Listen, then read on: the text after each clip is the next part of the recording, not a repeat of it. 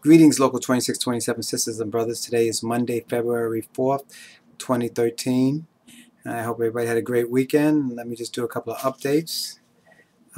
First thing, one of the reasons why we have to really show solidarity, right, we have to get involved is because, in 1916, the union membership in the country was about 11.2% of the population.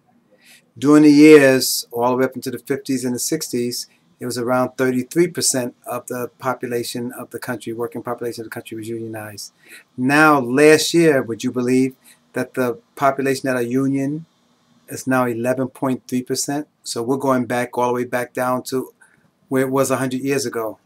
And the reason why they're able to do this is because we're not showing enough solidarity. We need to get out in the field, and we need to go get in management's face.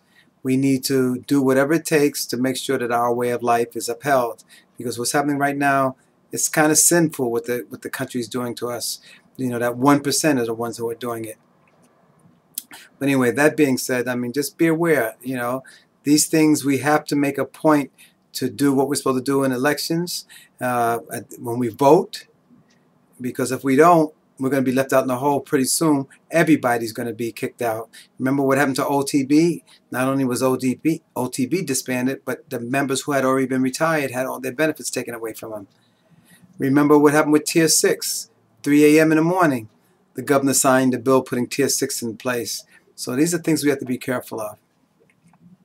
I just want to make everybody aware that there has been a Step 3 grievance filed against the city and different individual agencies, and it's dated November 30th from Evelyn Seinfeld, who's the director of research negotiations for DC 37. And the Step 3 grievance basically says that they want the day excused from Sandy, and they want anybody who couldn't make it in during those days because of transportation excused. They want to also make sure that anybody who did make it in is compensated with at least comp time for those days that they did show up to work. When other people didn't show up to work, they still got compensated. So keep that in mind.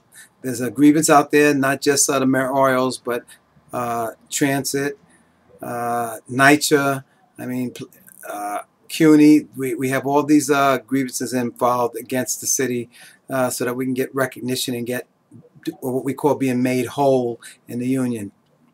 Another thing that I wanted to talk about for a second is FEMA Deadline. The FEMA Deadline was extended until Wednesday, February 27th. And so if you need some type of assistance from FEMA, you need to call. I'm going to look at this and give you some numbers. This is for homeowners, renters, and businesses. Excuse me, sorry. You can register at www.disasterassistance.gov or www.fema.gov/Sandy.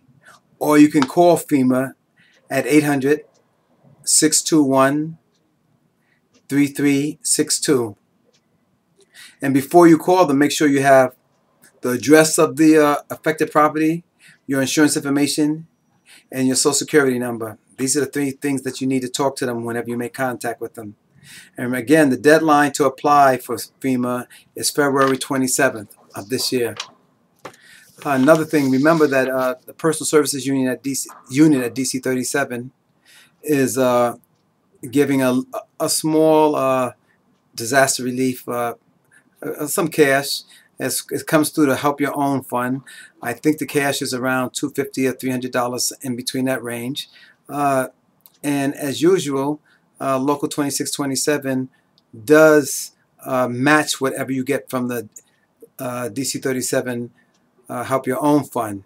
But what you need to do is show us a copy of the pay stub of the check that they gave you, or a copy of the check itself, in order to apply for that. You can just apply to it right at Local 2627, Help Your Own Fund, and just mail it to the same place, 125 Barclay Street, downtown. We're not at that location physically now, but we still get our mail. Our mail is still sent to us, forwarded to us here. And by the way, just a little FYI, I understand that the first 2 floors at DC 37 now have electricity going to them, lights going to them anyway.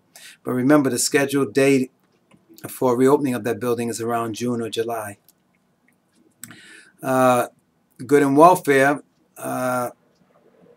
Only good and welfare that I want to mention. I think I mentioned it before. Our brother Stanley Cates, his wife passed away last week. And of course, you know that I don't know what people's feelings are, but I happen to like Koch. And he passed away a couple of days ago. And his memorial and his funeral should have been this morning.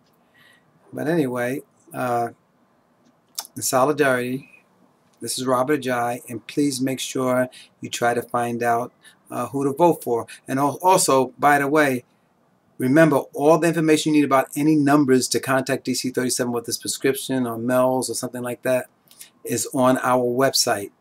It's on our website. It's on the left-hand side of the screen, and you can see it's highlighted with the number that you can call to get to us. And please let me remind you again,